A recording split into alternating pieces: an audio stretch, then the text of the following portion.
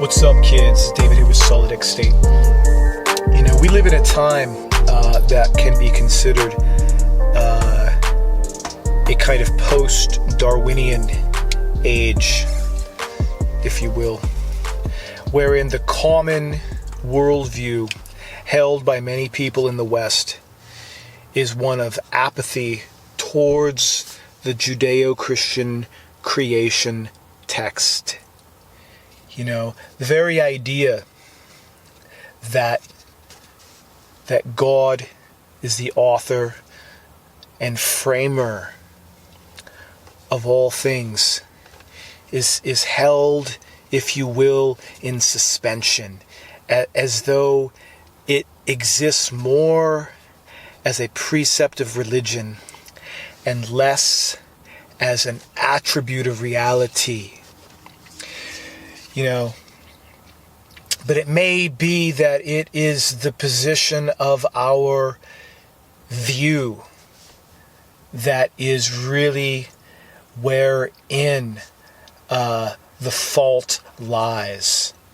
You know, certainly science is ever progressing, ever discovering.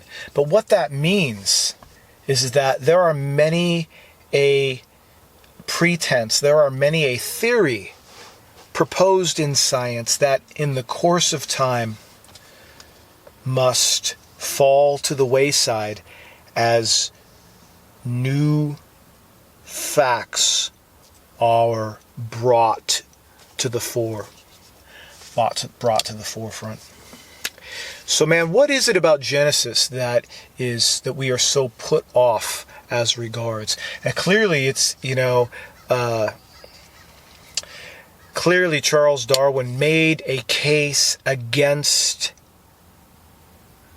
that scriptural view of reality. A case was made, was argued, if you will. It was not the only case that Darwin was making, and we can talk about that some other time. But there was clearly an intention to offer an alternative to that Christian narrative that was so saturated through many thousands of years of Western civilization. You know, so what is this view that is commonly held? You know, is it not mechanical in nature? Is it not reductionistic in nature? You know, we want to break reality down to its Lego-esque parts and find the mechanisms on which reality stands. You know, this is the way that we prefer, if you will, our food. Right? This is how we want our plate served up, man. We want it mechanical, man. We want it reductionistic. You know, it is literally our obsession. You know, we want statistics. We want what is quantifiable. You know, we want ratios, measurements, linear progressions is the concern of the modern intellect. When faced with the possibility of a metaphoric, symbolic expression of the origins of life, the origins of reality, you know, we think it trivial, subjective, impractical, non-applicable to the question of origins, It may be that as regards the origins of reality, symbolism is able to carry a weight of truth wherein science falls flat. All the computer modeling in the world will but fail to grasp the significance of the beginning of the cosmos. Our antipathy for the origins presented in Genesis has less to do with the fault of the text and more to do with our own personal frailty. We accuse the text of being infantile, unbelievable, without scientific reality, as though science was the concern of the author. Are we so shallow that we are unable to set aside our own intellectual prejudice and inflated assumptions for just 10 minutes so that the text of Genesis and the nature of the origins of reality might have a moment to speak without interruption? Could it be that the ancient religious text might have some wisdom,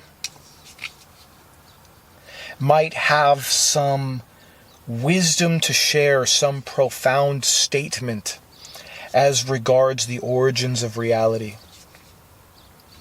which possibly our computer modeling has missed?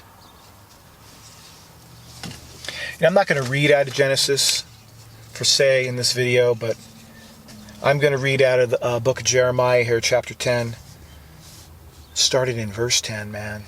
10:10, Jeremiah. But the Lord is the true God. He is the living God and the everlasting King. At his wrath, the earth quakes, and the nations cannot endure his indignation.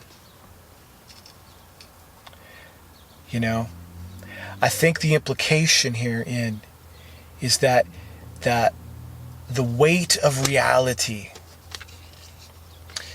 the truth of reality, may indeed be beyond our small-minded, singular worldview that is no doubt caught up more. Our concerns today seem to be more with political correctness than with the weight of truth. Let me read that verse again just because it's so solid. But the Lord is the true God. He is the living God and everlasting King. Check it out, man. He is the living God. Living God. He's not a God of pictures. He is not a God of stone statues. He is not a God for the graveyard. He is the living God and the everlasting King. At his wrath, the earth quakes, and the nations cannot endure his indignation. Right, man. God bless, man. Take care. See you guys next time.